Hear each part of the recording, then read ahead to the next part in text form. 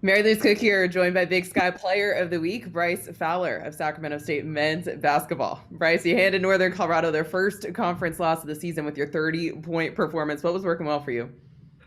I just think going into the week, we were supposed to play Oregon State earlier in the week and it got canceled, and we were kind of just searching to play a game, and so I think we had a lot of built up excitement for the game, and we had a lot of time to practice, and so I think it gave us a lot of time to prepare, not just for them but for us and for us going forward, and so I think we gained a lot of confidence after having a lot of good days in practice, and then just for me personally, I just feel like I'm just playing with a lot of confidence right now, and my teammates are finding me in my spots and kind of letting me do my thing. So um, I giving them a lot of credit for letting me kind of play how I want to play, and letting the coach and thanking the coaches for letting me play how I want to play.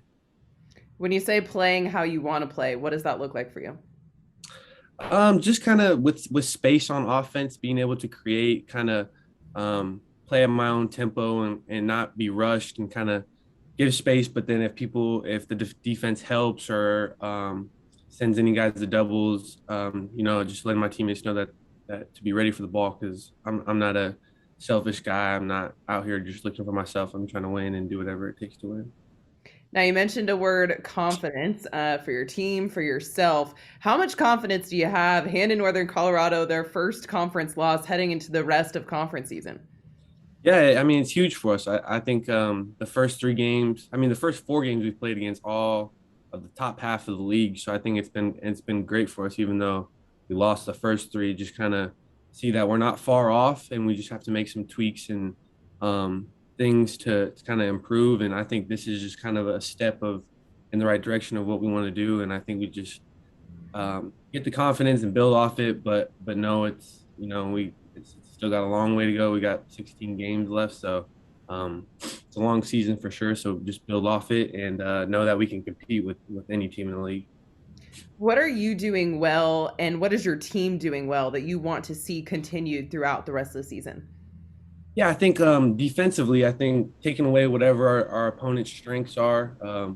We limited Northern Colorado, who's probably one of the top 23-point shooting team in the country, to I think they only hit five or seven threes or something like that, or maybe even less. I can't remember, but just defensively taking away our opponent's strength, and then offensively we knew use this term called play with joy, and just kind of be excited to play offense, and I think that gives us a ton of confidence to just kind of be who we are out there on offense, and I think that will speak for itself. You know, it's funny that you mentioned that word joy because just a few minutes ago I was talking to your teammate, Rick Barros III, and I asked him what it was like getting to return to the floor and get his first career minutes in as a Hornet. And he told me that the feeling he felt was joy. What was it like for you getting to watch him get those minutes in? Oh, I was just so excited for him. I've been telling him all along that, the first time he makes a three, it's going to be off my assist, or any of his first buckets, it's going to be off my assist. I need that for him, just because he's been through so much, and it's just crazy to see the perseverance and just everything that he had to kind of stick with it and just not give up, because a lot of people would have just quit, and that's fine, but I think just what he showed is crazy, and I have so much respect and love for Rick.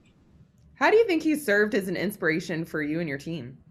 Oh, 100%. I mean, especially this year's particularly, just because we saw how close he was getting, and he had a couple hiccups, and it just didn't stop him and didn't phase him. And I think just that being able to have a guy that doesn't really care about his given situation, he's just coming in and doing whatever he can to help the team. It's just really inspirational, and it's just you build so much respect for somebody like that. Now, when you and I last spoke, it was media day, and Coach Katz was your head coach. Now you've got Coach Laird as the head coach. That's something that no one really saw coming. How has the transition been for you?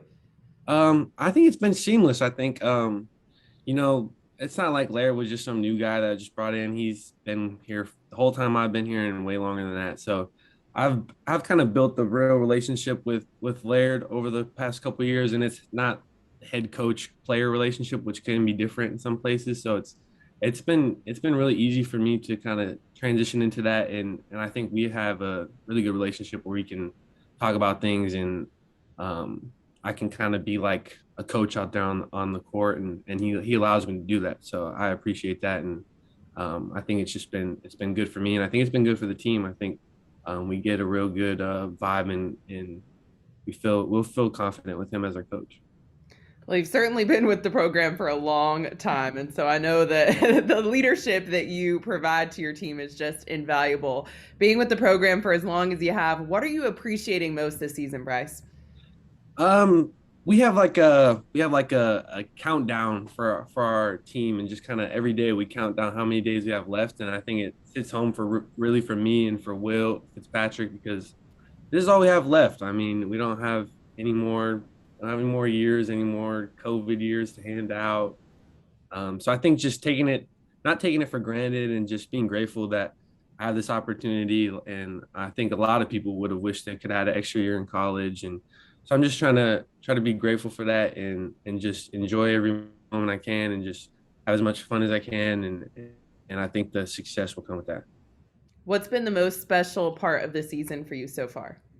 Um, well, I think Rick being able to come back and play is one of them. That's 3 years in the making. So that's one of them already. And I think I wouldn't even say anything on the court really. I think just the moments we spend with each other, and I think even like the going to Riverside and not being able to play, as disappointing as that was, like that gives us another chance to bond as teammates and kind of create relationships. And same with Oregon State. So I think even through all the struggles or the things that have been tough, like we build relationships that will last forever. So I think those are the ones that stick out for sure.